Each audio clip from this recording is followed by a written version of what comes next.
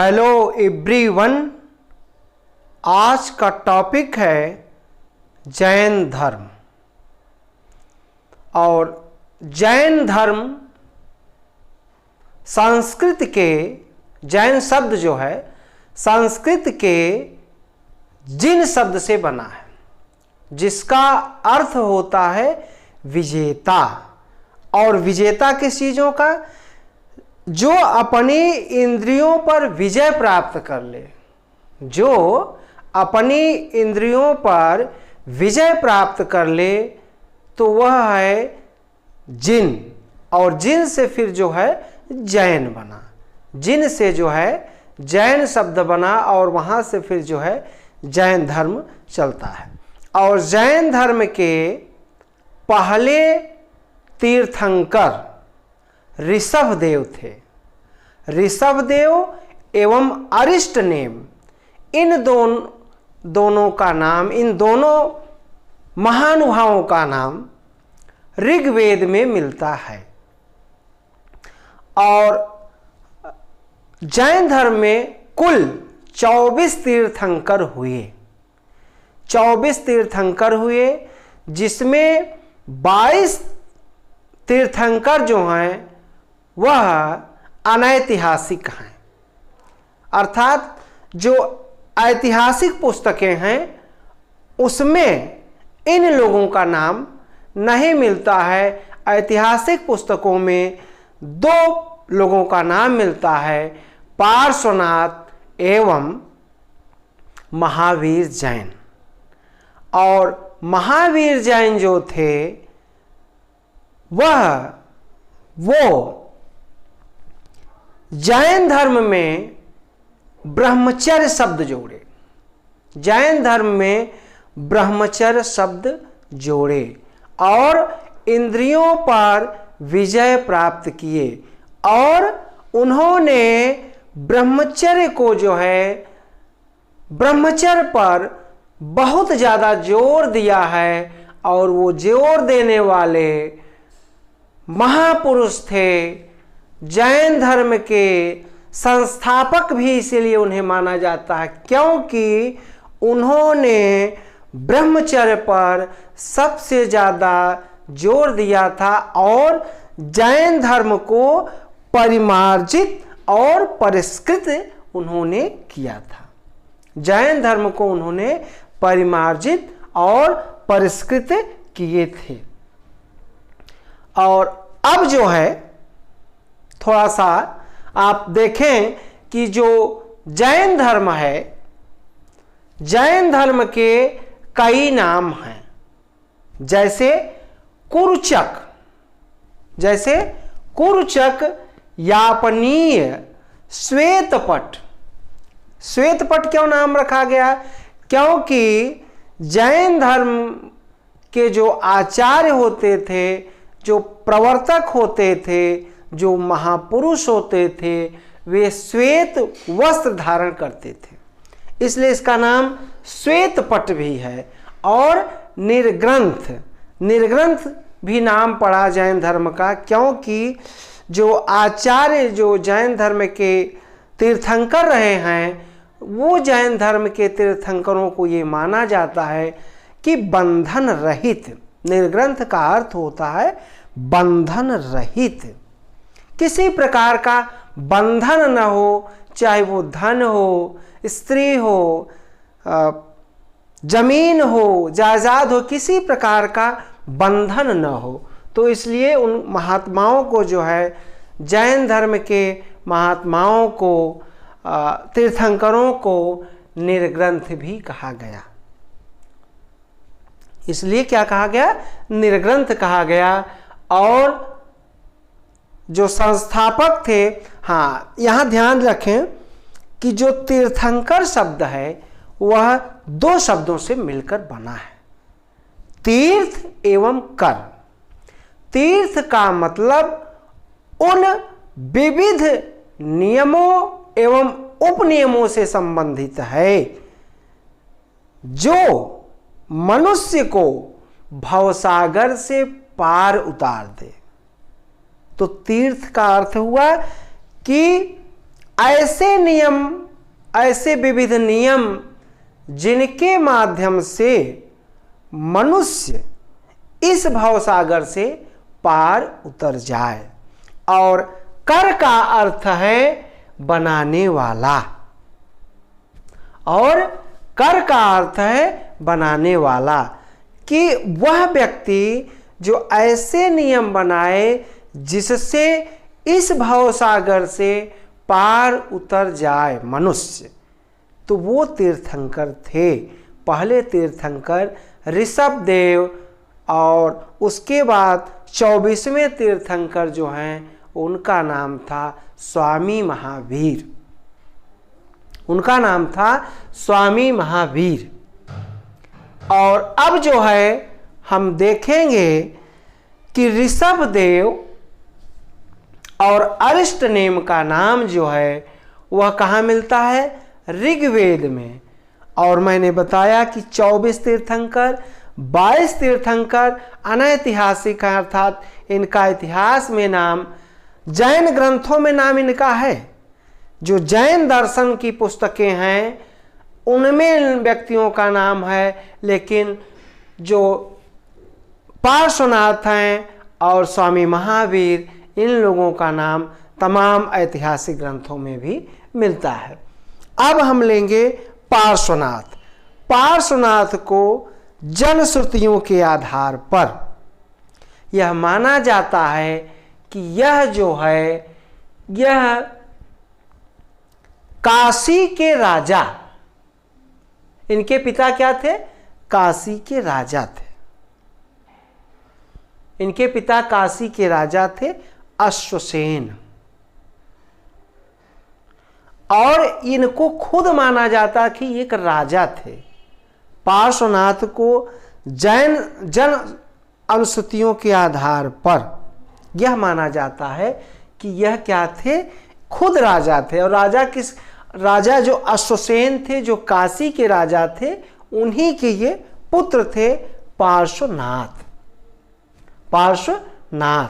और माता का नाम वामा था। माता का नाम वामा था, और वामा जो थी कौशस्थल के राजा नरवर्मन की पुत्री थी। कौशस्थल के राजा नरवर्मन की पुत्री थी, और पत्नी का नाम प्रभावती था। पत्नी का नाम प्रभावती था।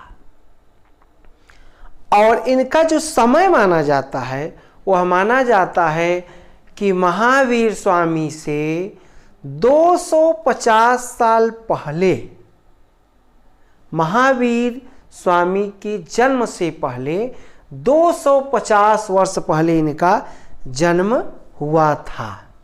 250 वर्ष पहले जन्म हुआ था।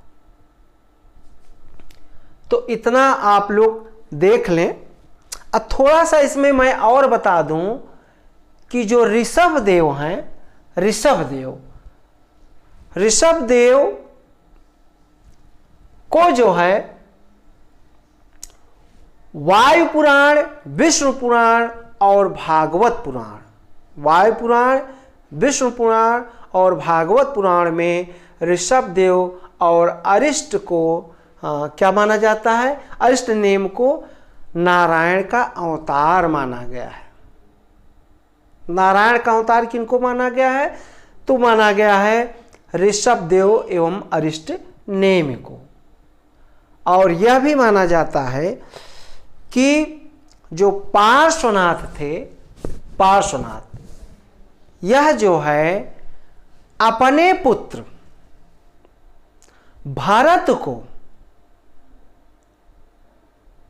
ध्यान दें, ऋषभदेव, ये जो ऋषभदेव थे, ऋषभदेव ध्यान लें थोड़ा सा, ऋषभदेव क्या थे? राजा थे।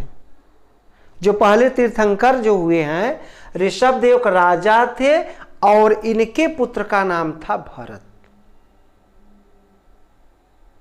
ध्यान दे लेंगे आप लोग कि जो ऋषभदेव प्रथम तीर्थंकर थे, वह जन श्रुतियों के आधार पर माना जाता है कि ऋषभ देव एक राजा थे और अपने पुत्र भरत को राजपाट दे करके वह जो है एक यति बन गए, अर्थात एक सन्यासी बन गए।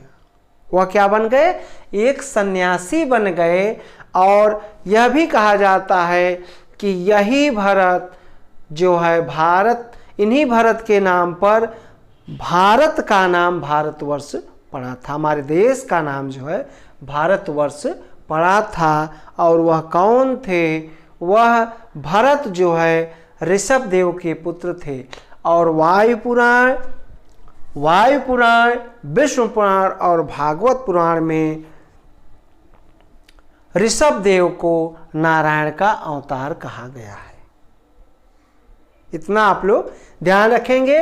पार्श्वनाथ के बारे में मैंने बताया कि पिता अश्वसेन थे, माता वामा थी, माता का नाम वामा था, और पत्नी जो थी वह प्रभावती थी। पत्नी प्रभावती थी। कार्यकाल ईसा मसीह से 250 साल पहले, ईसा मसीह से 250 साल पहले।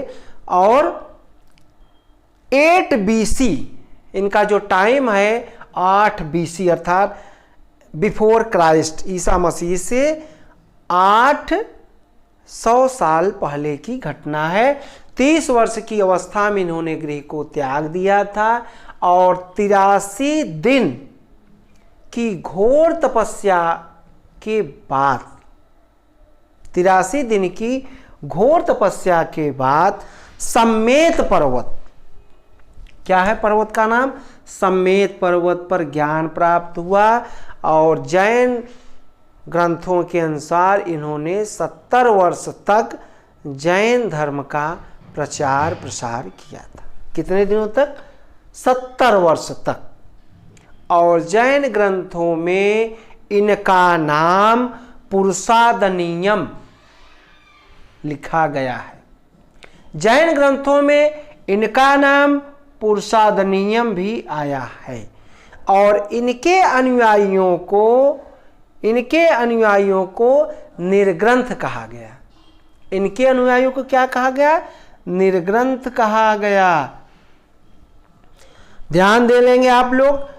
वेरी इंपॉर्टेंट टॉपिक कंपटीशन की दृष्टि से, इसलिए आप लोग वीडियो को ध्यान से सुने।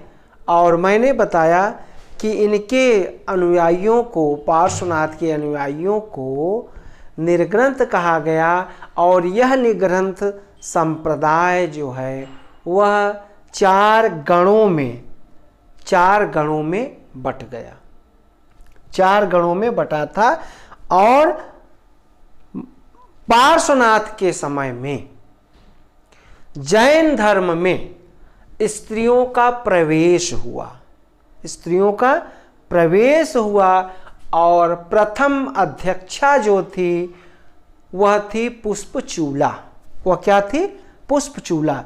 तो एक एक वाक्य, एक शब्द आप लोग ध्यान रखेंगे कंपटीशन के लिए। तो उसका नाम क्या था? पुष्पचूला, जो प्रथम महिलाओं की अध्यक्षा थी।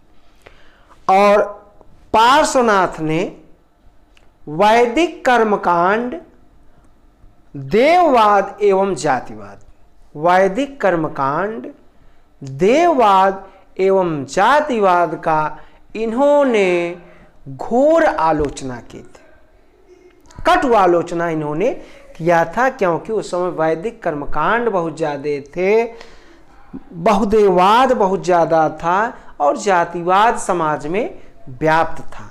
इसीलिए इन्होंने इसकी कटु आलोचना की थी। और जैन धर्म एवं बौद्ध धर्म आने का कारण भी यही था। तो मैंने बताया ऋषभ देव के बारे में, प्रथम तीर्थंकर। फिर मैंने बताया पार्श्वनाथ के बारे में, जो 23वें तीर्थंकर थे। और चातुर्याम की शिक्षा, 4 इन्होंने चातुर्याम, 4 आयामों की इन्होंने शिक्षा दी। पहला सत्य, जैन मतावलंबी को सत्य पर चलना चाहिए, असत्य नहीं बोलना चाहिए, सत्य पर चलें, अहिंसा, किसी प्रकार की हिंसा न करें, जीवों पर दया करें, व्यक्ति को हिंसक नहीं होना चाहिए, इन्होंने इसलिए कहा अहिंसा। फिर अस्तेय, अस्तेय का मतलब चोरी न करें, अस्तेय का मतलब चोरी न करें। अपरिग्रह, धन का संचय न करें, अपरिग्रह का मतलब धन का संचय न करें। और सत्य, अहिंसा, अस्तेय, अपरिग्रह, और इसी में एक शब्द महावीर स्वामी ने जोड़ा था, उसका नाम था ब्रह्मचर्य, उसका नाम था ब्रह्मचर्य।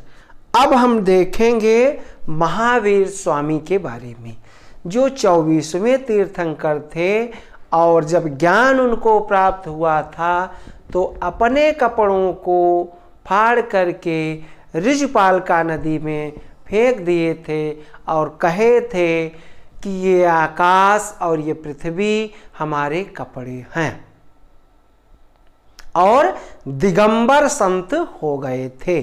और यहाँ से जैन धर्म में 2 संप्रदाय आगे बढ़ता है, श्वेताश्वर एवं दिगंबर। दिगंबर का मतलब जो किसी प्रकार का कपड़ा शरीर पर धारण न करें, श्वेताश्वर का मतलब सफेद वस्त्र धारण करें। और महावीर स्वामी का जो जन्म हुआ वह हुआ था 599 बीसी, 599 बीसी या 540 बीसी, ध्यान रखेंगे आप लोग, 599 बीसी या 540 बीसी, बीसी मतलब बिफोर क्राइस्ट। और जन्म वैशाली के कुंडग्राम, जन्म वैशाली के कुंडग्राम।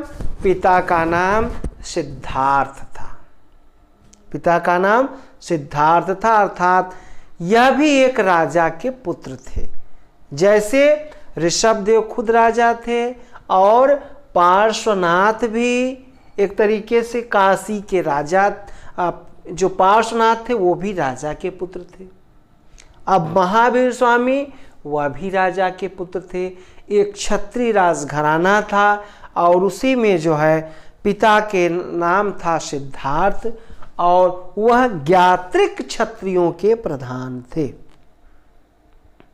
ज्ञातिक क्षत्रियों के प्रधान थे महावीर स्वामी के पिता। और माता का नाम त्रिशला, माता का नाम त्रिशला या विदेह दत्ता, या विदेह दत्ता, और पत्नी यशोदा, पत्नी यशोदा। यहाँ पर आप थोड़ा सा ध्यान देंगे कि महावीर स्वामी के पिता का नाम सिद्धार्थ था, जबकि बौद्ध धर्म के संस्थापक जो थे महात्मा बुद्ध, उनके बचपन का नाम भी सिद्धार्थ था। तो आप लोग कंफ्यूज ना हो, कंफ्यूज ना हो। यशोधरा जो थी वह महात्मा बुद्ध की पत्नी थी। वह कौन थी? महात्मा बुद्ध की पत्नी थी। और यहाँ यशोदा जो हैं वह महावीर स्वामी की पत्नी है, वह महावीर स्वामी की पत्नी है। थोड़ा सा मैं कंपैरिजन किया, कंपेयर किया, जिससे आप लोग जो है कभी भी एग्जाम में दिग्भ्रमित ना हो, कंफ्यूज ना हो। तो यहाँ पर 599 540 बीसी, और मृत्यु जो है इनका जो महानिर्वाण वह 527 बीसी। वह क्या है? 527 बीसी। पावा, पावा के मल्ल राजा सुस्तपाल, सुस्तपाल इसका मतलब महावीर जो गौतम बुद्ध के समय 16 जो है महाजनपद थे और 10 गणराज्य थे। राम गाम के कोली, पावा के मल्ल, मिथिला के विदेह। तो मिथिला पावा के मल्ल, ठीक। और जैन अनुसूतियों में, जो जैन अनुसूतियां हैं, तमाम जैन ग्रंथ हैं, उनमें जो है जो सिद्धार्थ हैं इनके पिता, उनका नाम श्रेयास्म और यशास्म, श्रेयास्म और यशास्म भी मिलता है। और पत्नी यशोदा से जो है, इनकी जो पत्नी यशोदा थी, उनसे जो है पुत्री पैदा हुई। पुत्री का नाम था प्रियदर्शना या अरोज्या, अरोज्या या प्रियदर्शना। तो इसको भी आप लोग ध्यान देंगे। यहां से जो है पत्नी यशोदा से जो पुत्री उत्पन्न हुई अरोज्या या प्रियदर्शना, और फिर जो है प्रियदर्शना उत्पन्न होती है। और इनकी बहन थी महावीर स्वामी की, उनका नाम था सुदर्शना। महावीर स्वामी थे, उनकी बहन का नाम सुदर्शना था। और सुदर्शना का पुत्र जामाली था। सुदर्शना का जो पुत्र था वह क्या था? जामाली। और यह जो जामाली था, इसी से प्रियदर्शना की शादी होती है। अर्थात जामाली जो है वह महावीर स्वामी का दामाद बनता है, महावीर स्वामी का दामाद बनता है। और जब महावीर स्वामी के पिता की मृत्यु हो जाती है, तब बड़े भाई नंदिवर्धन राजा बनते हैं। उनसे अनुमति लेकर के महावीर स्वामी 30 वर्ष की आयु में गृह का त्याग करते हैं। और गृह त्याग करके जंगल में जाते हैं कठोर तपस्या के लिए। और आचारांग सूत्र में इनकी कठोर तपस्या का वर्णन है। और नालंदा में, ध्यान दे लेंगे आप, नालंदा में सबसे पहला इनका जो शिष्य बनता है उसका नाम था मक्खल गोसाल। लेकिन मक्खल गोसाल इनको 6 वर्ष बाद छोड़ देता है और वह जो है आजीवक संप्रदाय की स्थापना करता है। उसने क्या किया? आजीवक संप्रदाय की उसने स्थापना किया। फिर जो है यह जो है 12 वर्ष की कठिन तपस्या करते हैं। और जब 12 वर्ष की कठिन तपस्या किए तो वैशाख मास के 10वें दिन, वैशाख मास के 10वें दिन जिम्भ्रिक, गांव का नाम क्या है? जिम्भ्रिक, और नदी का नाम ऋजुपालिका नदी, नदी का नाम ऋजुपालिका नदी का तट जिम्भ्रिक ग्राम, ऋजुपालिका नदी का तट, साल वृक्ष के नीचे, साल वृक्ष के नीचे इनको ज्ञान प्राप्त हुआ 12 वर्ष की कठिन तपस्या के बाद। और जब इनको ज्ञान प्राप्त हुआ तो जैन भाषा में कैवल्य कहा गया। जैन भाषा में इसको क्या कहा जाता है? कैवल्य। और महावीर स्वामी को जिन भी कहा गया, क्योंकि इन्होंने इंद्रियों पर विजय प्राप्त कर ली। इन्होंने इंद्रियों पर विजय प्राप्त कर ली। जब इनको विजय मिल गई तो उसी समय कपड़ों को ऋषपालिका नदी में फाड़ के फेंक देते हैं और दिगंबर हो जाते हैं, और दिगंबर हो जाते हैं। फिर जो है इनको क्या कहा गया? कैवल्य। कैवल्य मतलब जिन, जिन का मतलब विजय, ज्ञान प्राप्त। कैवल्य मतलब ज्ञान, जिन का मतलब विजेता। अरहत माने योग्य, इनको अरहत भी कहा गया, उसका मतलब योग्य। और निर्ग्रंथ का मतलब बंधन रहित। प्रथम उपदेश कहाँ दिए? राजगृह में। प्रथम उपदेश कहाँ दिए? राजगृह में। और पहाड़ी जो थी राजगृह में, उस पहाड़ी का नाम था विपुलाचल पहाड़ी। उसका क्या नाम था? विपुलाचल पहाड़ी। और नदी का नाम था वाराकर नदी का तट। तो प्रथम उपदेश राजगृह में, विपुलाचल पहाड़ी पर और वाराकर नदी के तट पर। प्रथम शिष्य इनका जो बना जामाल, जो इन्हीं का दामाद था। और जो सबसे पहले अगर कोई राजा इनके शिष्य बने तो उस राजा का नाम था चेटक, और चेटक इनके मामा लगते थे। चेटक इनके मामा लगते थे। और प्रथम इनकी भिक्षुणी अर्थात शिष्या इनकी जो बनती है जैन धर्म में, तो दधिवाहन की पुत्री चंदना, उसका नाम था दधिवाहन की पुत्री चंदना। एक बार आप लोग इसका स्क्रीनशॉट भी ले लें, स्क्रीनशॉट ले लिया आप लोग। दधिवाहन की पुत्री चंदना इनकी प्रथम भिक्षुणी बनती है। आज इतना है, बहुत बहुत धन्यवाद आप लोगों का। वीडियो को लाइक, सब्सक्राइब एवं शेयर जरूर करें। और यह वीडियो यह बिल्कुल निःशुल्क है। हमारा उद्देश्य है कि सभी लोग शिक्षित हों, नौकरी करें, अच्छे मनुष्य बने, राष्ट्रभक्त बने। धन्यवाद।